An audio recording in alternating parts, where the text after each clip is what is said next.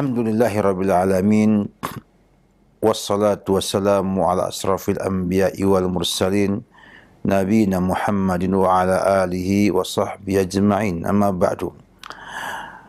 Pemerhati Raja TV dan juga kaum muslimin rahimakumullah taala, alhamdulillah kita bersyukur pada Allah Subhanahu wa taala yang telah melimpahkan anugerahnya, karunia-Nya, nikmat-Nya yang tidak berhenti-henti, yang terus-menerus, ya, untuk kita bisa istiqomah di dunia ini menjadi hamba Allah Subhanahu wa taala yang patuh dan taat kepada perintah dan larangan Allah Subhanahu wa taala.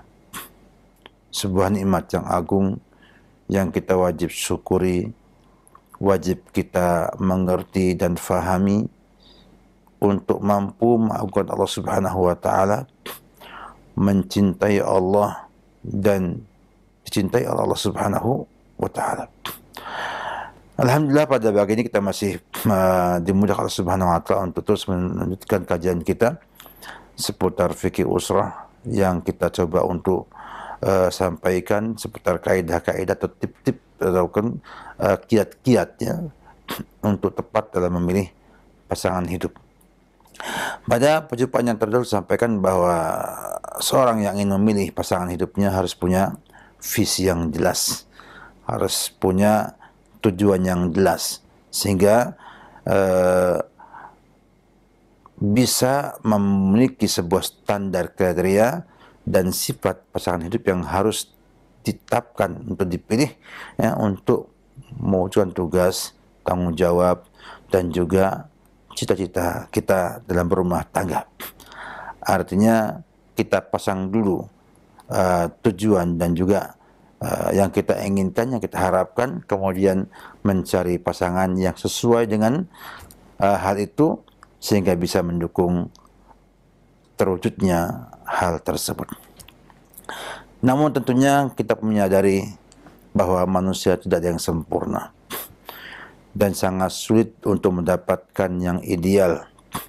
Ya, bukan berarti kita tidak mencari yang ideal, namun terkadang tidak mendapatkan yang ideal tersebut. Maka ada satu kesalahan apabila ia kemudian memaksakan hal tersebut dengan sempurna dan totalitas. Ya. Kenapa demikian? Karena ada yang berpikir dan berandai-andai mendapatkan kesempurnaan pada pasangan hidupnya, sehingga mencari yang sempurna segalanya tanpa memandang keadaannya sendiri, tanpa memandang juga bahwa manusia itu tidak ada yang sempurna, sehingga akhirnya itu membuat ia mencari dan mencari. Dan terkadang kita itu mencari dan mendapatkan yang ideal, namun tidak mesti mau dengan kita. Sehingga seorang mukmin, seorang muslim hendaknya ketika memilih harus bisa memilih yang wajar, yang seimbang, ya, dalam standar pilihannya. Nah, dengan demikian akan terwujudkan kemudahan-kemudahan dalam mendapatkan pasangan hidupnya, dan berkeyakinan bahwa terkadang di sana ada kelemahan, kekurangan yang mungkin dapat ditutupi oleh dia ketika berumah tangga. Nah, ada yang mampu dirubah oleh dia setelah berumah tangga. Sebagai contoh misalnya, ya, masalah kurus dan gemuk misalnya. Ada perkara yang sudah teruji di mana-mana bisa berubah. Yang kurus jadi gemuk, yang gemuk jadi kurus, itu bukan hal yang mustahil. Bahkan mungkin hal yang wajar dan banyak yang mampu melakukan hal itu. Sehingga apabila mendapatkan pilihan yang sudah sesuai standar, hanya ada kekurangan pada berat badannya misalnya, maka bisa diperbaiki, bisa diupayakan, ya, sehingga bisa menjadi yang sesuai dengan diinginkan. Demikian juga kedua pasangan ini bisa saling menyempurnakan, dalam artian, ya, akan muncul di sana saling memaafkan kekurangan yang ada, sehingga itu bukan halangan dalam mewujud kebahagiaan rumah tangganya, atau mungkin juga saling bantu dalam menyempurnakannya. Yang wanita membantu laki-laki menyempurnakan sifat-sifat yang diinginkan, dan bahkan juga yang laki-laki bisa membantu sang putri, untuk menyempurnakan keadaan yang dimilikinya. Baik itu sifatnya adalah sikap, sifat, ataupun fisik. Oleh karena itu, optimal, ya, seimbang, dan wajar dalam semua hal dituntut oleh syariat. Berlebihan dan ekstrim itu tercela dalam syariat. Dan kita tahu bersama bahwa setiap lingkungan masyarakat punya karakter dalam bentuk, ya, tampang, adat istiadat, juga sifat-sifatnya. Semua memiliki karakter yang terkadang berbeda jauh, terkadang berdekatan. Nah, di sini kita lihat, ya, kita harus bisa memandang ini dengan baik. Ada yang bisa dimaafkan secara umum, diterima oleh orang, dan ada juga yang memang membahayakan kehidupan rumah tangga kita. Kita masih milih-milih ini, ya, artinya ini nggak dapatkan yang ideal, paling tidak kita optimalkan yang ada dengan harapan bisa membantu kita untuk urusan dunia dan akhiratnya. Nabi katakan, wal yattakhid ahadukum qalban syakiran wa lisanan dzakiran wa zaujatan salihatan tu'inuhu ala amri dinihim. Artinya hendaknya seorang itu melihat atau mendapatkan, mencari, mengambil, ya, atau membentuk hati yang bersyukur, lisan yang banyak berzikir, dan istri yang solehah yang membantunya dalam urusan agama, urusan akhiratnya. Ya. Sehingga sampai juga beliau mengatakan dalam riwayat yang lainnya, zaujatan solihatan tu'inuhu ala amri dinihim wa dunyahum.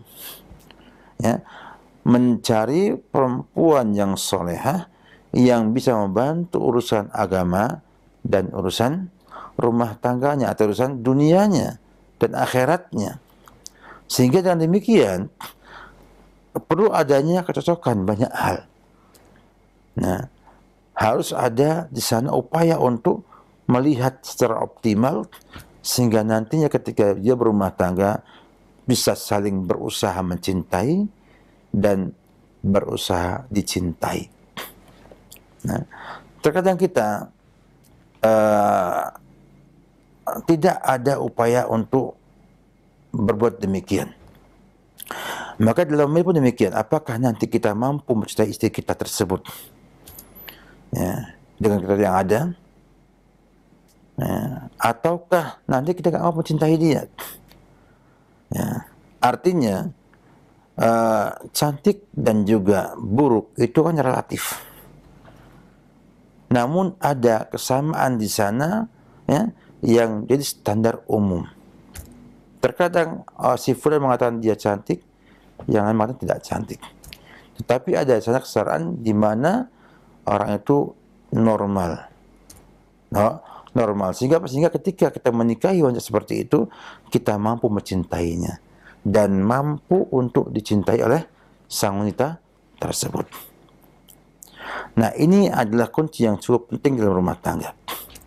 Nah, seorang ketika memilih pasangan hidupnya harus seimbang dan wajar. Agar apa? Agar nanti dia bisa mencintai istrinya dan istrinya pun mampu mencintainya. Atau paling tidak ada upaya untuk saling, dicintai oleh pasangannya. Ini cukup penting untuk melanjutkan perjalanan cukup panjang, bisa bertahun-tahun lamanya tinggal di satu rumah. Tentunya akan muncul di sana hal-hal yang harus mampu dilewati oleh seorang muslim dalam rumah tangganya. Nah, ketika ia memilih pasangan hidup itu dengan standar yang wajar, yang seimbang, dan tidak berlebihan, tidak ekstrim, maka akan didapatkan kemudahan-kemudahan dalam perjalanan hidupnya. Dan ternyata bahagia itu bukan pada harta yang banyak. Bahagia bukan pada istri yang cantik. Bahagia bukan juga karena faktor-faktor duniawi. Bahagia ada di hati kita. Ya, terkadang orang akan bahagia dengan seorang wanita yang bisa mengajak ngobrol, bicara enak bersamanya, bisa sharing, bisa kemudian membantu memecahkan masalah yang dimilikinya, sehingga dia senang. Karena apa? Karena sang wanita mampu memberikan kepada dia kepuasan di hatinya, yaitu mampu menampung curhatan suaminya dan mampu membantu suami dalam urusan yang dimilikinya. Ada yang kadang-kadang dengan ketundukan dan kepatuhannya membuat suami itu berbahagia. Oleh karena itu, kita harus menerima yang ada dan membuat kriteria yang seimbang, artinya sesuai dengan yang kita miliki. Jangan sampai kita itu berpikirnya tinggi-tinggi jauh, ya enggak, padahal kita sih di posisi yang dekat, sehingga akhirnya tidak bisa menggapai hal tersebut. Ya. Jadi kita melihat, bahasa gampangnya, ngaca juga ke dirinya. Artinya ketika membuat sebuah pilihan itu melihat dulu siapa saya. Kira-kira dengan saya memiliki yang seperti ini, mampukah akan muncul sebuah interaksi yang baik dalam berumah tangga tersebut? Mampukah ia mencintai istrinya dan dicintai oleh istrinya? Sehingga apa? Sehingga jangan sampai kita punya kriteria yang terlalu tinggi, padahal kita ini nggak layak dapatkan yang tinggi tersebut. Namun hal yang terpenting yang tidak boleh kalah atau diturunkan adalah agama. Ya, yang lain bisa kita kalahkan, namun jangan sampai kita kalahkan masalah agama ini. Nabi kita bersabda dalam sebuah hadis sallallahu alaihi wasallam, ya, tungkahul mar'atu li arba. Perempuan dinikahi karena 4 perkara. Ya. 5 liha, karena hartanya, wajamaliha, dan karena kecantikannya, wali nasabiha, ya, karena apa? Karena status sosialnya, ya, wali diniha, dan karena agamanya. Fadfar zata ad-din, ya. Fadfar zata ad-din, artinya pilihlah wanita yang punya agama baik, ya. Taribat yadak, kamu akan beruntung. Nabi pilihkan kita standar minimal, yaitu sang wanita itu baik agamanya. Itu standar minimal yang kita tidak boleh turunkan standar tersebut. Kenapa demikian? Karena dengan baiknya agama seorang wanita, itu dia bisa membantu pendidikan anak-anaknya. Artinya akan membantu pendidikan anak-anaknya nanti. Karena ibu itu adalah madrasatul ula, sekolah pertamanya anak-anak. Seandainya pun misalnya dia itu hanya punya agama yang baik, solehah, tidak punya ilmu pendidikan, tidak pernah tahu sekolahan, ya, tapi orang beragama ini minimal tidak memberikan madarat pada anak-anak kita nantinya. Ini kelebihan memilih orang yang punya agama baik. Ya, artinya, ya enggak, dari faktor-faktor yang ada, seandainya dia nggak bisa mendidik anak-anak pun, dia paling enggak tidak mencontohkan yang buruk kepada anak-anak kita. Sehingga Nabi mengatakan, fadfar bidatid din. Pilih yang agamanya baik. Ya enggak, maka kamu taribat yadak. Yang lainnya bisa kita kalahkan. Yang lain bisa kita turunkan kriterianya. Namun untuk agama jangan sampai kita turunkan kriteria tersebut. Agama ini adalah harga mati. Ya, kita harus pilih orang yang punya agama baik. Ya. Nabi hanya minta kita melihat ini sebagai standar dalam memilih pasangan hidup kita. Ya, karena kita akan hidup bersama dia sepanjang hari, sepanjang bulan, sepanjang tahun.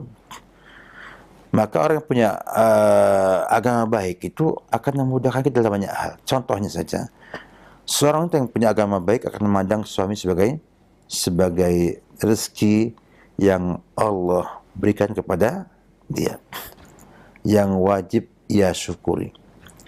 Maka dia jadi wanita yang mensyukuri suaminya, memberikan nafas sedikit ia syukuri suaminya, memberi banyak ia syukuri suaminya, dan ia akhirnya lebih mudah untuk mengabdikan dirinya kepada suaminya, lebih mudah untuk patuh dengan suaminya daripada yang agamanya kurang. Dan ini adalah satu di antara kunci kebahagiaan rumah tangga, di mana sang suami itu menjadi pemimpin rumah tangga. Sehingga dia ada di wanita yang qanitat, yang solihat, yang nanti menjaga harta suaminya dan menjaga anak-anak suaminya. Sehingga dengan demikian tidak akan rugi orang itu bila memilih pasangannya itu dengan agama yang baik. Maka yang lainnya bisa dibuat negosiasi, diturunkan, dinaikkan, dan lain sebagainya. Agama ini sudah harga mati, harus menjadi pilihan kita semua. Maka wajar dan seimbang dalam memilih pasangan hidup atau menentukan standar pilihan, itu akan membuat kemudahan bagi dia dalam mendapatkan pasangan yang minimal mendekati yang dia inginkan. Sehingga kata Nabi kita sedidu wa qaribu.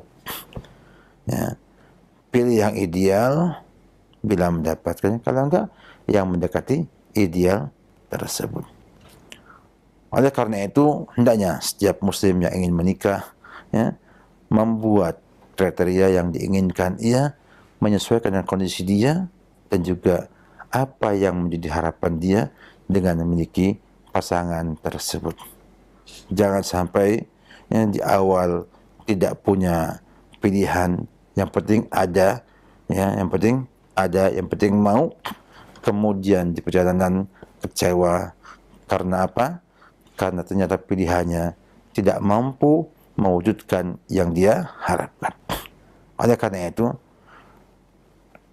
kita hendaknya selalu berusaha mencari yang seimbang, yang wajar, karena itu adalah yang terbaik. Khairul umur awsatuha. Sebaik-baiknya urusan adalah yang menengah, yang optimal, yang dia itu seimbang. Oleh karena itu kaum muslimin rahimakumullah ta'ala, ini adalah kaidah yang kedua.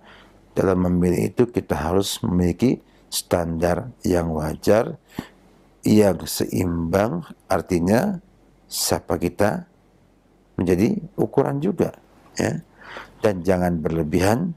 Kenapa? Karena akan menyusahkan diri sendiri dan juga akan kecewa di kemudian harinya. Oleh karena itu, bersiaplah untuk melihat agama sebagai standar dasar, kemudian menambahnya dengan apa yang antum inginkan. Kalau ingin punya anak banyak, cari yang subur. Kalau ingin punya istri yang enak dipandang mata, maka cari yang cantik. Dan kalau kemudian kita itu ingin mendapatkan istri yang mudah menafkahinya, cari yang kaya. Sehingga apa? Sehingga itu adalah tambahan bonus yang kita inginkan sesuai dengan kondisi kita dan juga kondisi di masyarakat kita. Jangan sampai kita itu berandai-andai dengan sesuatu yang akhirnya menghambat kita untuk menikah lebih cepat, menikah pada waktunya. Dan insya Allah, Allah sudah tetapkan jodoh kita dan kita harus terima apa yang Allah tetapkan tersebut. Artinya, bila sudah kita sampaikan tidak ini kemudian kita dapatkannya di bawahnya, kita terima dan kita perbaiki. Ya. Kita modali sehingga nanti dia bisa sesuai yang kita inginkan. Misalnya, kita berharap kita orang yang bisa baca kitab, yang punya kemampuan bahasa Arab baik, dapatkannya belum bisa bahasa Arab, maka ada waktu kita untuk menyempurnakannya dengan memberikan pada dia waktu dan juga sarana untuk belajar bahasa Arab. Kalau kita ingin misalnya dapat punya istri, kita ada istri yang pintar memasak, loh, takdirnya dapatkan yang nggak bisa masak, kan masih bisa dikursuskan untuk masak, ya, diajak untuk tahu resep, mencoba masakan dan sebagainya, sehingga dia mampu untuk bisa memasak juga. Jangan-jangan karena tidak perhati oleh keluarganya, sehingga ia tidak bisa masak dengan baik. Begitu dilatih, jadi orang yang masaknya tidak pernah tidak enak misalnya. Sehingga kita harus berusaha mencari yang seimbang, yang wajar, sehingga ke depan nanti kita dapatkan ada di sana hal-hal yang kita bisa turunkan standarnya, ada yang tidak kita boleh turunkan standarnya. Nah, inilah letak kehebatan seorang laki-laki yang menjadi pemimpin nantinya dalam memilih pasangannya agar ia bisa memimpin rumah tangganya dengan baik karena dukungan dari sang istri yang berusaha untuk mematuhi perintah suami, berbakti dengan suami, dan mencoba mendukung suami dalam semua urusan yang dimilikinya. Demikian sebagai manfaat, semoga kita semua mampu untuk memahamkan kaum muslimin pernikahan ini bukan semata-mata hanya rutinitas atau kebutuhan biologis saja, tapi juga adalah sebuah upaya kita membangun rumah tangga yang baik yang nanti akan mampu memperbaiki negara kita ini. Kata pepatah dikatakan, siapa yang memperbaiki rumahnya, rumah tangganya, berarti memperbaiki negaranya juga. Karena itu, mari perbaiki rumah tangga kita agar negeri kita ini menjadi negeri yang lebih baik dari yang sekarang ini. Wabillahi taufik. Assalamualaikum warahmatullahi wasallam. Nah, jazakallahu khairan, barakallahu fikum Ustaz atas penyampaian materi yang sangat bermanfaat di kesempatan ini berkaitan dengan kaidah-kaidah dalam memilih pasangan hidup. Nah, ikhwata Islam wazakumullah, saatnya kami membuka sesi tanya jawab. Silakan bagi Anda yang ingin bertanya secara langsung.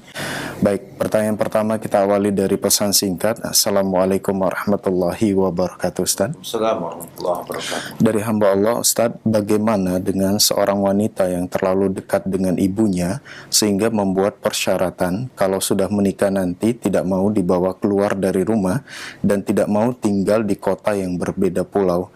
Apakah kita boleh untuk menolak persyaratan tersebut Ustaz? Mohon nasihatnya, syukran. Kalau kita bicara tentang hukum, ini ada hukum fikih di sana bahwa adanya asyartu fin nikah, syarat dalam pernikahan, yaitu sebuah syarat yang diajukan oleh salah satu pasangan tersebut atau oleh kedua-duanya. Di antaranya adalah ini, syarat dari sang wanita ia mau dinikahi asal tidak dibawa keluar dari rumah orang tuanya atau tidak boleh pindah ke luar kota, misalnya di luar Jawa misalnya, atau di luar provinsi tersebut. Ulama mengatakan bahwa ini adalah syarat yang mu'tabar, syarat yang sahih, ya, sehingga bila sang laki-laki menolak, ya, dan perempuannya bertahan, maka tak jadi pernikahannya. Kalau kemudian sang laki-laki menyetujui di awal, kemudian ternyata dapatkan tugas keluar Jawa, ya, maka sang wanita punya hak untuk gugat cerai. Artinya sang wanita ini bisa menggagalkan pernikahannya, ya, baik itu sebelum akad nikah atau setelahnya kalau ia menginginkannya, ya. Sebetulnya syarat yang mu'tabar, ya, yang menjadi haknya sang wanita untuk mempertahankannya. Namun bila sang wanita mengalah, maka itu boleh juga. Artinya sang wanita boleh mengalah, mengatakanlah, saya mengalah untuk tugas suami, saya ngalah untuk menggagalkan syarat tersebut. Bisa pindah keluar pulau misalnya, maka itu tidak mengapa. Jadi tinggal bagian suami itu untuk memahamkan sang istri bahwa dia itu sebaiknya adalah memaafkan dan tidak mempertahankan syarat yang dimilikinya tersebut.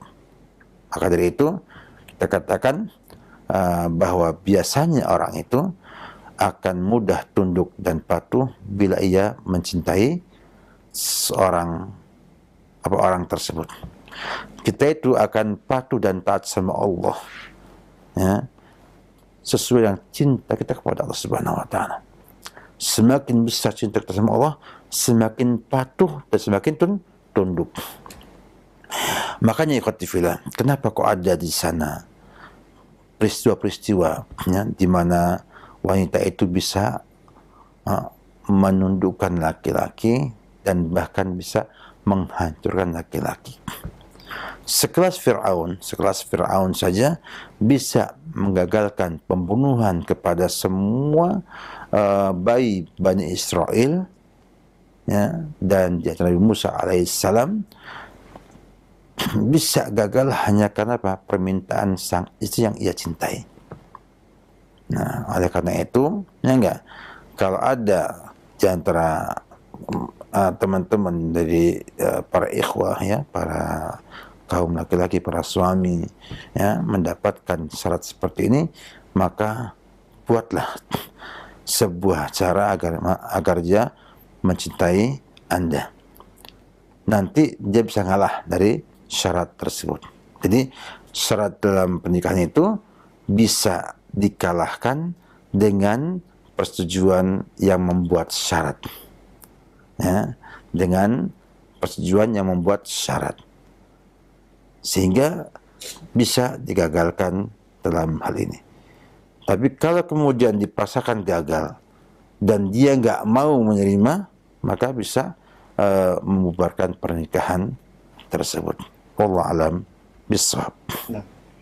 Nah, syukran wa jazakallahu khairan Ustaz atas jawaban yang disampaikan. Semoga bermanfaat untuk penanya. Ikhwatal Islam wa jazakumullah, masih kami buka kesempatan bagi Anda yang ingin bertanya secara langsung.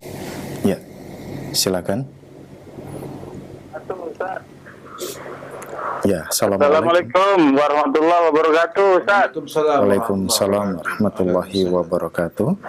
Ya, silakan Pak Mul yang di Medan, ya. Iya, Pak Mul di Medan nih, Ustaz. Iya, silakan Pak Mul. Izin bertanya, Ustaz, mengenai batas waktu anak yatim yang bisa disantun, Ustaz. Karena kami kan di sini ada menyatin anak yatim, tapi begitu anak yatim ini sudah SMA, di stop santunannya, Ustaz. Apa ada dalilnya itu, Ustaz? Iya, baik. Ya itu aja, Ustaz. Semoga bertambah ilmu kami, Ustaz. Assalamualaikum warahmatullahi wabarakatuh. Waalaikumsalam warahmatullahi wabarakatuh. Silakan. Memang yatim itu adalah anak yang kehilangan ayahnya atau kehilangan orang tuanya, ya. Dan masa yatim itu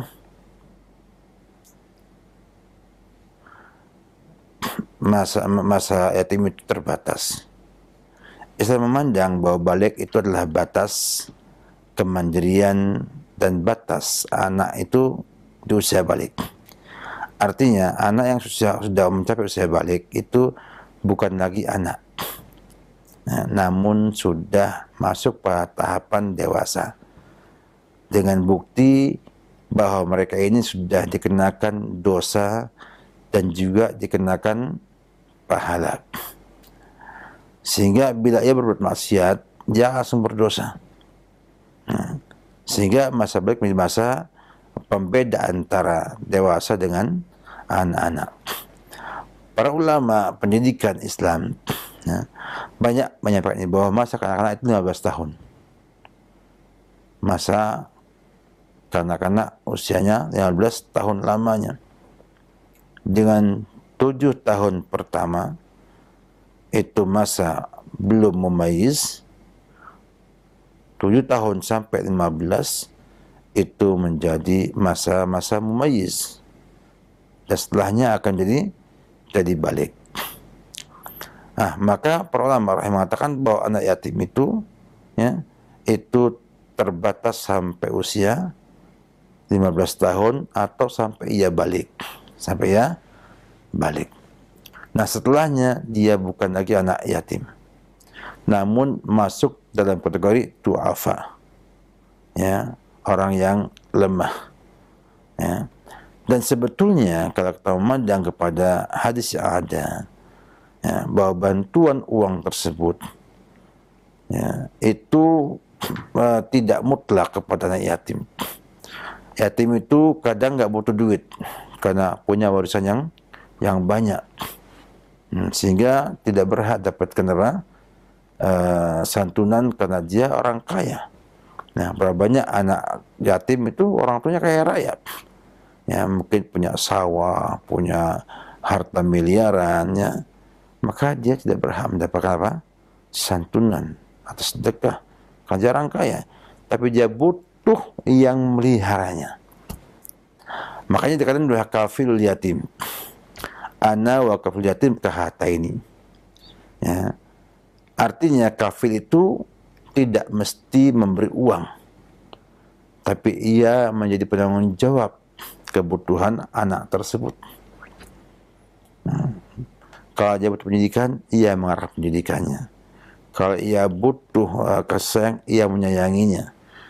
Dan kalau dia butuh uang, maka diusahakan ada santunannya. Namanya kafil yatim, bukan bapaknya yatim, tapi kafil yatim. Mengkafalahatnya menjamin kebutuhan sang yatim tersebut. Maka ketika dia selesai, kalau dia du'afa, maka diberi bantuan. Kalau dia itu kaya raya, tidak diberi bantuan. Kita jangan sampai kemudian terpengaruh oleh keutamaan melihara anak yatim, sehingga akhirnya berhenti dengan kategori yatim tersebut. Seakan-akan tidak ada keutamaannya setelah yatim itu selesai. Enggak, ada keutamaan it'amut tu'am, memberi makan. Itu semua orang, mau yatim enggak yatim, ada di sana amalan soleh. Kata Nabi, ayu afdal amal ya Rasulullah, qala it'amut tu'am, memberi makan. Dan kita ketika memberi kafalah kepada anak-anak yang sudah selesai yatimnya, yang masih du'afa, juga berpahala besar. Oleh karena itu, karena banyaknya iklan tentang yatim ini, sehingga masyarakat tidak lagi memandang yatim itu kaya atau miskin, dan dia memakan uangnya untuk anak yatim tersebut. Padahal yatim itu gak butuh uang, butuh kasih sayang, butuhnya yang lainnya. Oleh karena itu, anggapan yang salah kalau nyantuni anak yatim berhenti hanya pada waktu balik. Harusnya dilanjutkan sampai bisa mandiri, agar lebih sempurna pahalanya. Memang untuk yatimnya berhenti dengan baliknya anak tersebut, tapi kasihan kalau ia kemudian terlantar setelah baliknya, karena belum ada yang memberikan bantuan untuk sekolah dan juga untuk hidupnya anak tersebut. Nah, namun tentunya kita pun tidak bisa menyalahkan secara total, karena memang keutamaan yatim itu berlaku sampai dia menjadi balik. Maka Bapak sebagai orang yang membantu para yatim ya, untuk dapatkan bantuan dari para muhsinin, orang lain yang punya harta, maka harus bisa melobi yang memberi bantuan untuk minta kalau bisa menambah jumlah bantuan setelahnya dengan niat membantu fuqara wal masakin. Bahkan mereka berhak dapatkan zakat karena masuk dalam kategori orang yang fakir dan miskin. Jadi ada solusi, sebenarnya ada solusi yang lainnya. Hanya solusinya adalah minta zakat dari kaum muslimin atau minta sedekah dari kaum muslimin. Dan juga berpahala besar karena dia masuk dalam it'amut ta'am. Yang kedua juga dia adalah menyelamatkan jiwa manusia. Artinya ketika anak itu belum mampu untuk mandiri, belum mampu untuk bekerja, kemudian kita beri makan kepadanya, kan sama aja menghidupkan satu jiwa. Dan pahala kata Allah, wa man ahyaha faka'annama ahyan nasa jami'an. Besar pahalanya memberi makan orang yang lemah dan duafa tersebut. Bahkan mensifatkan orang-orang yang tercela adalah orang yang wala yahduna ala ta'amil miskin. Tidaklah mereka itu menganjurkan orang untuk memberi makan anak-anak yang miskin. Maka perlu kita sampaikan kepada hadirin sekalian, karena memang beberapa orang berpikiran yatim itu berhak disedekahi. Kalau sudah nggak usah kita hiraukan kembali. Yang berikutnya adalah para kafil yatim yang melihara anak yatim, hendaknya melatih anak yatim dengan skill bekerja agar supaya selesai masa yatimnya dia punya penghasilan untuk menghidupi dirinya sendiri. Keliru apabila kita hanya ngasih makannya saja tanpa mendidik mereka punya kemampuan. Kasihan. Hidup mereka akan sulit ketika usianya sudah dewasa, tidak punya orang yang modeli dia, dan ia tidak punya skill kemampuan untuk menjadi anak yang mandiri dengan kemampuan yang dimilikinya tersebut. Oleh karena itu, harapan kita kepada kaum muslimin semuanya, bantu mereka sampai mereka mandiri dan bisa hidup sendiri, sehingga sempurna bantuan kita ya dengan sedekah kepada orang-orang yang tidak mampu tersebut. Wallahu a'lam bishawab. Nah, syukran Ustaz atas jawabannya. Semoga bermanfaat untuk penanya Pak Mul yang berada di Medan, Sumatera Utara. Nah, kita beralih ke pertanyaan melalui pesan singkat kembali dari Umu Ida di Jakarta. Assalamualaikum warahmatullahi wabarakatuh. Waalaikumsalam warahmatullahi wabarakatuh. Bagaimana dengan seorang istri yang ketika nazar ditanya siap tidak hidup dari awal bersama calon suami dan mengatakan siap, tapi pada perjalanan pernikahan meminta suami untuk pindah dekat dengan orang tuanya atau orang tua istri. Mohon nasihatnya Ustaz. Syukran. Memang demikiannya, itu kan adalah janji. Ya. Janji itu kan boleh diselisih. Ya, enggak? Artinya tidak ada konsekuensi kalau enggak menepati, ada hukuman tertentu, enggak ada. Ya, artinya kalau memang berjanji waktu itu, ya selama hanya janji, maka tidak butuh ada kafarah ataupun yang lainnya. Ya, berjanji bahwa ia akan hidup bersama suami di mana suami berada. Tapi kemudian pada kondisi tertentu ia akhirnya agak melanggar atau agak menyisih janji yang dia berikan dengan mengajak suami untuk hidup tinggal dekat dengan orang tuanya. Lah, kalau suaminya mau, tidak ada masalah. Suami mau, tidak ada masalah. Karena itu hanya adalah upaya apa? Upaya kalau memang suaminya mau kan selesai. Hanya tidak melanggar janji, karena suami pun mengikuti dia, tadinya ikut sama suami awal sampai akhir bersama suami. Kalau suaminya pindah, ikut pindah juga ke dekat sama orang tuanya. Tapi kalau suaminya nggak mau, maka jangan paksakan diri membuat suami akhirnya memilih pilihan yang tidak baik bagi rumah tangga ibu. Wallahu a'lam bishawab. Nah, syukuran wa jazakallah khairan Ustaz atas jawaban yang disampaikan. Semoga bermanfaat untuk penanya Umi Ida yang berada di Jakarta. Nah, ikhwat Islam wa jazakumullah, masih kami buka kesempatan bagi Anda yang ingin bertanya. Halo. Halo, Assalamualaikum. Waalaikumsalam warahmatullahi wabarakatuh. Dengan Ibu siapa, di mana? Ibu Ila di Palembang. Ya, silakan Ibu. Mau bertanya Pak Ustadz. Begini Pak Ustadz, mertua saya itu sakit. Terus anaknya itu dipanggil, disuruh ke sana. Tapi belum punya uang.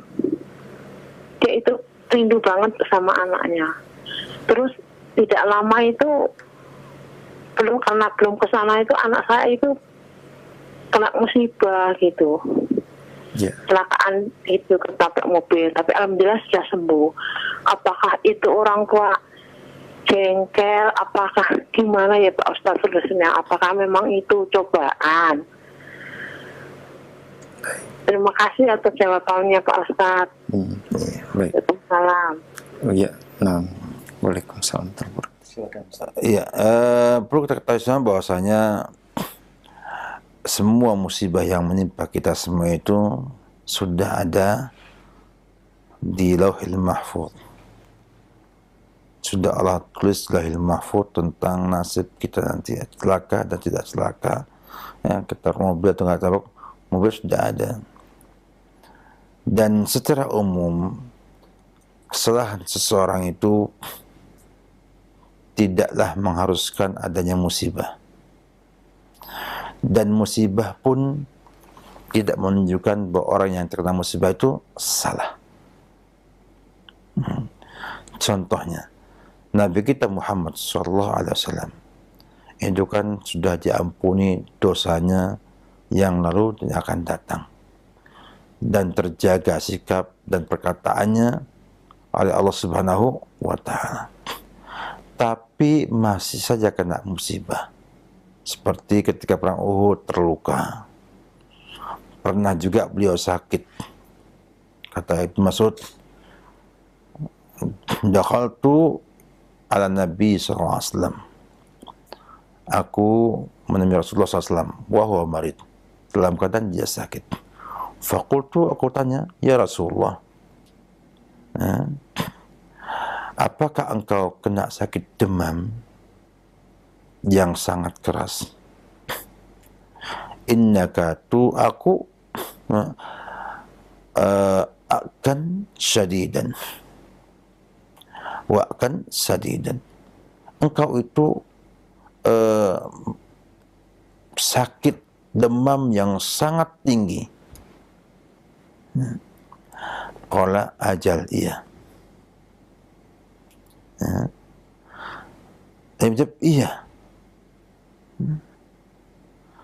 Bahkan mengatakan bahwa aku ini kena demam seperti ini, seperti demamnya dua orangnya dari kalian. Menunjukkan Nabi itu dapatkan juga sakit. Apa kita mengatakan bahwa Nabi sakit karena kesalahan beliau, karena maksiatnya beliau? Hasya wa kalla. Tidak mungkin.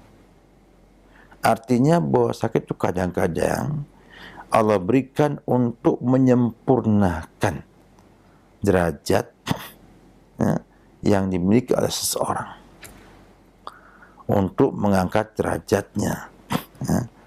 Karena orang sakit itu akan dapat ampunan Allah Subhanahu wa Ta'ala, akan diberikan pahala Allah Subhanahu wa Ta'ala atas kesabaran yang dimiliki sama dia. Sehingga jangan punya pikiran bila terkena musibah langsung menuduh, ya mungkin saya ini tidak begini, tidak begitu, dan lain sebagainya. Karena tidak harus musibah menimpa itu karena yang kita miliki dari dosa. Namun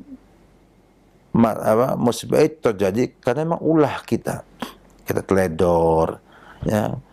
Kita yang tadinya naik kendaraan itu hanya 40 km per jam, ketika akan kena musibah malah ngebut-ngebutan dan lain sebagainya, ya. Demikian juga bahwa orang yang bermaksiat tidak mesti Allah hukum di dunia ini, bisa dihukum di akhirat nanti. Jadi pertama adalah yakinlah bahwa kecelakaan anak ibu itu tidak ada hubungan dengan suami ibu yang tidak mampu untuk memenuhi keinginan sang mertua tersebut. Apalagi itu tidak disengaja, artinya karena tidak punya kemampuan ongkos atau biaya, maka tidak bisa menemui sang ibu, ya, menunjukkan bahwa sang suami nggak salah, nah, karena menyangkut kemampuan. Dan kata Allah, fattaqullaha mastata'tum. Nah, maka yakinlah kita husnudzon dengan Allah Subhanahu wa taala bahwa anak kita itu kecelakaan, ya, itu untuk menambah pahala kita, untuk menghapus dosa kita dan dosa anak yang tertimpa musibah tersebut. Karena tidak ada yang menyebabkan seorang muslim dari sakit, dari capek, dari lelah, dari sedih, sampai gangguan, ya, duri yang menusuknya, kecuali Allah akan menghapus kesalahannya, ya, dan menggugurkan dosa-dosanya. Jadi kita sebagai muslim demikian keadaannya, harus bisa bersikap jangan sampai dikit-dikit, jangan-jangan, ya, ini karena ini, jangan-jangan karena ini. Maka kita nggak boleh memastikan yang tidak pasti dan tidak boleh menganggap tidak pasti sesuatu yang pasti. Oleh karena itu, jangan bersedih, jangan juga gundah gulana bahwa itu semua adalah ujian yang Allah timpakan kepada kita semua. Semua itu baik untuk kita dan itu semua akan berfaedah bagi kita. Kalau nggak ada pertambahan pahala ataupun penghapusan dosa, juga mengingat kita bahwa kita itu adalah orang yang lemah, yang wajib lebih dekat dengan Allah Subhanahu wa taala. Yang kuat hanya Allah. Kita semua itu tidak punya kekuatan apa-apa. Buktinya bisa celaka, bisa ketabrak mobil, bisa macam-macam. Itu semua menunjukkan bahwa kita sangat-sangat lemah sekali. Kita sangat lemah sekali, sehingga jangan sampai ini semua akhirnya kita tidak hiraukan dan tidak menjadi ibrah kita untuk menjadi lebih baik lagi dalam hubungan kepada Allah Subhanahu wa taala. Yakinlah tidak ada yang seperti itu, ya. Yang ada adalah itulah ujian Allah karena kita teledor, karena kita yang menyebabkan hal itu, ya. Misalnya, ya, yang biasanya enggak minum sesuatu yang dilarang oleh dokter, entah kenapa kok pengen, akhirnya minum yang dilarang tersebut. Apa akibatnya? Sakitnya kumat atau kambuh. Ya, jangan kemudian, ini karena saya dulu pernah mukul orang, saya kepukul sekarang ini, dan lain sebagainya. Atau ada dosa karma yang terus menerus menimpa sampai anak keturunan kita. Ini bapaknya begini, anaknya mesti akan begini juga. Demikian. Jadi kita berpikir positif dalam hal ini bahwa suami ibu itu tidak berangkat karena memang tidak mampu, maka Allah maafkan dan bukan kesalahan, dan bisa menyampaikan kepada mertua, uzur tidak bisa datang ke sana. Seperti sekarang ada video call, bisa, walaupun tidak ketemu bisa dengan video call untuk berjumpa dengan sang ibu, melihat ibu dan dilihat oleh ibu. Kemudian yang kedua, bahwa musibah yang menimpa anak itu adalah ujian yang Allah berikan kepada anak dan kepada ibu sekeluarga untuk disabari, ya, dan diridhoi, sehingga nanti akan banyak pahala yang ibu terima dengan hal ini. Wallahu alam bissawab. Nah, Jazakallah khairan Ustaz atas jawabannya. Wa'iyyakum. Nah, semoga bermanfaat untuk penanya Ibu Ila yang berada di Palembang. Nah, masih kami buka kesempatan bagi Anda yang ingin bertanya secara langsung. Silakan. Halo. Ya. Baik, terputus. Kita beralih ke pertanyaan melalui pesan singkat kembali dari hamba Allah. Assalamualaikum warahmatullahi wabarakatuh, Ustaz. Ustadz, saya seorang pria yang sudah siap untuk menikah insya Allah, dan saya sudah mengutarakan keinginan untuk menikah ke orang tua. Orang tua mengizinkan, tapi dengan syarat harus mengadakan waliman yang lumayan besar dan memberikan mahar yang pas, bukan semampu saya. Saya sudah sempat menjelaskan bahwa kemampuan saya tidak bisa segitu, dan orang tua bilang demi harga diri sebagai orang tua. Pertanyaannya, bagaimana menyikapi dan memberikan pengertian kepada orang tua tentang keadaan saya? Syukran. Hal yang perlu kita cermati bersama ya, dalam kasus seperti ini, yang pertama, mengapa Anda tidak optimis bahwa Allah akan memberi Anda kemampuan memenuhi apa yang orang tua Anda harapkan? Toh itu belum jelas. Hari ini gak mampu, lusa mampu. Hari ini gak mampu, mungkin pas hari H pernikahannya malah Allah berikan rezeki bisa ngasih banyak kepada sang wanita. Artinya jangan sampai sesuatu yang tidak jelas ya membuat kita takut dengan hal tersebut. Artinya jangan sampai kita ditakuti oleh sesuatu yang tidak jelas. Bapak Ibu nyaratkan demikian. Bismillah, sampaikan Bu, saya akan usahakan semaksimal mungkin mewujudkan harapan Bapak dan Ibu. Kemudian mohon sama Allah Subhanahu wa taala kemudahan untuk bisa membahagiakan orang tua dan bisa punya istri yang solehah untuk dirinya. Dan mohon kemudahan itu kepada Allah Subhanahu wa taala. Ingat bahwa tidak ada yang bisa memudahkan urusan kecuali Allah Subhanahu wa taala.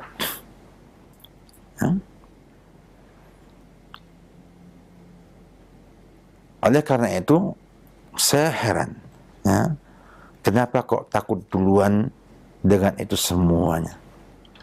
Jawab aja Bu, insya Allah Bapak Ibu saya akan berusaha untuk memenuhi yang Ibu dan Bapak harapkan.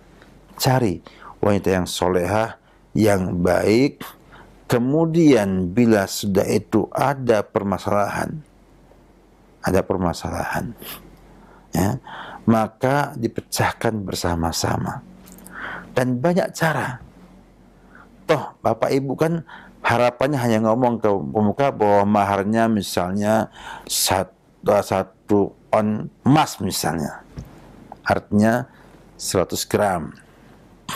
Nah, berarti sekian ratus juta misalnya. Ya enggak? Bisa saja dibuat negosiasi, akhirnya ya orang tua menyadari bahwa itu hal yang tidak mungkin diberikan oleh dia. Nah, akhirnya mungkin untuk menjaga nama bapaknya bisa memiliki keluarga besar untuk saling patungan ya, untuk beri mahar yang besar kepada sang calon istri itu sehingga namanya bisa tidak jatuh di mata masyarakat. Kalau itu benar-benar akan menjatuhkan martabat orang tua. Nah, dari itu semua selama proses berlangsung, kan biasanya kalau di tempat kita kan jarang ya yang nikah, yang hari ini ngelamar besoknya nikah, atau sekarang ngelamar siangnya ngelamar malamnya sudah menikah, jarang. Ada sih yang demikian tapi jarang. Ya enggak? Nah, waktu tenggang tersebut dijadikan sebagai sebuah upaya kita untuk memahamkan orang tua bahwa kita hanya bisa berusaha, Allah akan menentukan hasilnya. Saya yakin orang tua akan memaklumi hal tersebut. Ya, maka berusaha untuk melobi, untuk menyampaikan, sama berusaha untuk mewujudkannya juga. Jangan kita menyerah sebelum berusaha. Mungkin juga orang tua ingin menguji anaknya. Apakah anaknya ini akan sungguh-sungguh menikahi karena memang tanggung jawab dia kepada keluarga nanti, atau hanya sekedar kena kompor meleduknya, semangat, kemudian tanpa persiapan apa. Makanya banyak kemungkinannya. Maka sampai kepada ibu bapak kita, insya Allah Pak, saya sudah siap untuk berumah tangga. Saya akan upayakan untuk meraih ibu. Tapi sekarang saya pengen cari wanita yang cocok dengan saya, yang akan saya nikahkan dulu. Apa gunanya kita punya harta banyak, nggak dapatkan wanita yang kita inginkan? Nah, setelah mencari, nanti kenalkan orang tuanya. Saya yakin orang tua ketika tahu pasangannya kita adalah orang yang baik, yang salehah, bisa jadi ia berubah pikiran.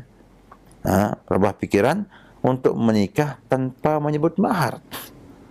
Saya tahu beberapa suku memang ada sebuah kebanggaan bila maharnya itu tinggi, berarti anak gadisnya itu punya kelebihan banyak, dan mantunya ini orang yang perlu dihormati. Bahkan ada gelar khusus bila mencapai angka sekian dalam mahar dan bantuan pernikahannya. Namun itu kan adalah sesuatu yang sudah lama, yang masih dipercaya sebagian orang. Namun nanti ketika ada upaya kita untuk memahamkan orang tua kita, insya Allah itu bukan hal yang menghalangi Anda untuk menikah. Maka perlu dipahamkan orang tua sambil berjalan. Yang penting diizinkan untuk mencari pasangan yang ideal, yang kita inginkan, kemudian kita dapatkan, kenalkan sama orang tua kita. Mudah-mudahan ketika melihat pasangan kita, orang itu sudah yakin, sudahlah menikah saja walaupun ala kadarnya dulu, atau menikah dulu di KUA dengan mahar ada, nanti mengumpulkan duit tuh untuk walimahnya pada bulan-bulan berikutnya, sehingga walimahnya besar, ya. Karena apa? Karena bantuan dari semua pihak. Ya, bisa jadi demikian. Makanya banyak katakan kepada Allah Subhanahu wa Ta'ala untuk diberikan kemudahan, sama yakin Allah mudahkan orang yang ingin menikah untuk takwa kepada Allah Subhanahu wa Ta'ala. Nah, syukur Ustaz, jazakallah khairan atas jawabannya, semoga bermanfaat untuk penanya, dan itu merupakan pertanyaan kita terakhir di kesempatan ini. Mungkin ada sebagai ikhtitam atau penutup, silakan Ustaz. Yang perlu saya ingatkan kepada kita semua, juga diri saya sendiri, bahwa yakinlah Allah janjikan kepada semua orang yang bertakwa kemudahan. Allah berfirman, wa may yattaqillaha yaj'al lahu min amrihi yusra. Siapa yang takwa sama Allah, Allah akan jadikan urusannya mudah. Juga Allah mengatakan, wa may yattaqillaha yaj'al lahu makhraja. Yang takwa sama Allah akan berikan jalan keluar dari semua kesempitannya. Maka bagi seorang yang ingin sukses dalam memilih pasangan suami istri, wujudkan ketakwaan dalam diri Anda, agar Allah mudahkan mendapatkan yang terbaik dan yang paling pas dengan kehendak dan harapan yang kita miliki. Ya, karena tidak ada yang mampu melakukan itu Allah Subhanahu wa Ta'ala.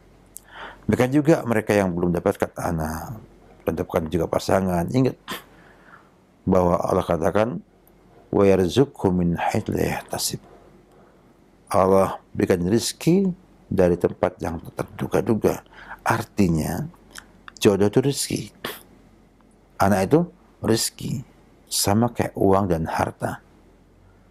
Oleh karena itu, wa may yatawakkal 'ala Allah fa huwa hasbuh. Maka banyak bertawakal kepada Allah Subhanahu wa Ta'ala. Caranya banyak berdoa, yakin Allah akan memberikan jodoh yang terbaik kepada kita, dan berusaha mencari sebab yang terbaik untuk itu. Hubungi orang-orang yang soleh. Kira-kira ada enggak orang yang bisa menjadi suami bagi saudari? Ya, dan insya Allah ada jalannya dalam hal ini. Alhamdulillah ta'ala banyak para ustaz juga banyak membantu untuk perjodohan seperti yang ada di rumaisah.com, juga sana ada biro jodoh yang insya Allah mudah-mudahan bisa jadi solusi bagi teman-teman yang belum punya istri atau suami, bisa bertemu dalam sebuah pertemuan yang disponsor oleh mereka untuk mendapat kejelasan kedua pihak dan sifat-sifat kedua belah pihak. Itu hanya usaha dari sebagian teman-teman untuk memudahkan orang berjodoh. Wabillahi taufik.